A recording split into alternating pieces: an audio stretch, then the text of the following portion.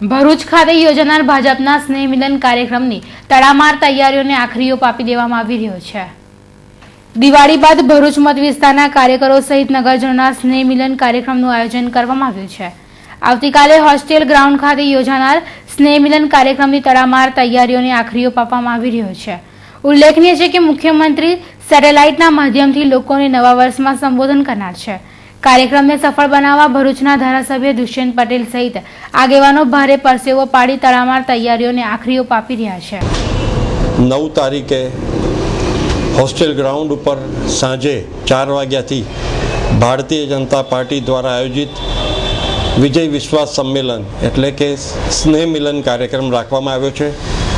આખા જિલ્લાના તમામ કાર્યકર્તાઓ, તમામ શુભેચ્છકો અને તમામ ભારતીય જનતા પ્રેરિત જે લોકો છે તમામને વિનંતી છે કે આ સ્નેહ મિલન કાર્યક્રમની અંદર તેઓ ઉપસ્થિત રહે। ભરૂચની જનતાને મારી નમ્ર વિનંતી છે કે આવતીકાલે 4 વાગે ત્યાં